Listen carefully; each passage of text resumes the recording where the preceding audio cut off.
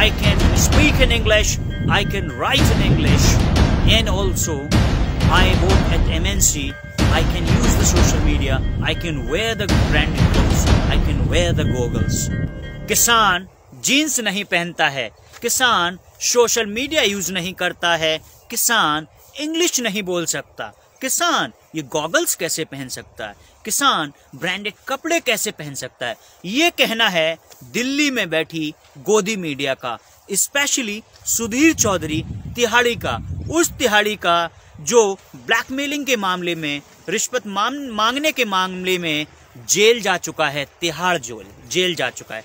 दोस्तों, आज मैं हूं बुंदेलखंड में, अपने गांव में, उसी बुंदेलखंड से जिसको भारतीय जनता पार्टी ने चकाचक बनाने का वादा किया था, उसी बुंदेलखंड से जहां भारतीय जनता पार्टी के सारे विधायक और सांसद और उत्तर प्रदेश के प्रदेश अध्यक्ष आते हैं, हमारे ही शहर से आते हैं। दोस्तों, मैं बताना चाहता हूं तिहाड़ी को और भाजपा के अंधभक्तों को अपनी भाषा में कि हम हैं किसान के बेटा और हमारे पापा ने जय जमीन से कमा के हमें पढ़ाओ और आज हम करते हैं एमएनसी में काम। I can speak in English, I can write in English, and also I work at MNC. I can use the social media, I can wear the branded clothes, I can wear the goggles. दोस्तों, मुझे किसान का बेटा होने पर गर्व है और अपने पिता की मेहनत पर गर्व है। जब मैं घर आया तो मेरे पिता ने बताया कि बेटा इतनी सारी लागत लगाने के बावजूद भी धान की एमएसपी मार्केट में नहीं मिल रही है। इसको सुनकर मुझे दुख हुआ। तो अपने पिता की आवाज उठाने के लिए, यदि एमएसपी पाने के लिए, यदि मैं किसान आंदोलन में शामिल हो जाता हूं, तो वहां पर मेरी ड्रेस को, मेरे कपड़ों को, मेरी भाषा को देखकर क्या दिल्ली में बैठी मीडिया या अंधभक्त या भाजपा मुझे खालिस्तानी बताएगी या पाकिस्तानी बताएगी या चीन के द्वारा आयोजित आंदोलन बताएगी?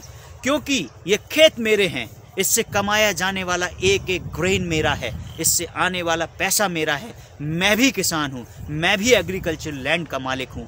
I can speak English, I work at MNC, understand गोदी मीडिया। ऑल्सो आपको मैं दोस्तों बताना चाहता हूँ किसान की मांग क्या है। मैं एक एग्जाम्पल देता हूँ। ये देखिए, ये क्या है? ये है पार्ले जी बिस्किट। इसकी कीमत है 5 रुपए। है किसी की हिम्मत, आप में से आप जाइए मार्केट में और दुकानदार से कहिए कि ये मुझे 3 रुपए में दे दो। दुकानदार आपको कहेगा आपको लेना हो लो, नहीं तो निकल लो, चाहे ये सड़ जाए, चाहे घुन लग जाए, लेकिन ये बिकेगा सिर्फ 5 रुपए का ही, 5 रुपए से कम नहीं। क्यों? क्योंकि इसकी एक एमआरपी है, मैक्सिमम रिटेल प्राइस। लेकिन किसान का क्या होता है? किसान का आलू है, किसान का गोभी है, किसान का ये मटर है, जो मटर की फसल है, ये मार्केट में 1 रुपए किलो भी बिक सकती है, 100 रुपए किलो भी बिक सकती है। अभी आपने एग्जाम्पल देखा होगा, बिहार में गोभी की फसल की कीमत न मिलने के कारण किसान ने पूरी की पूरी फसल अपनी ट्रैक्टर से बर्बाद कर दी।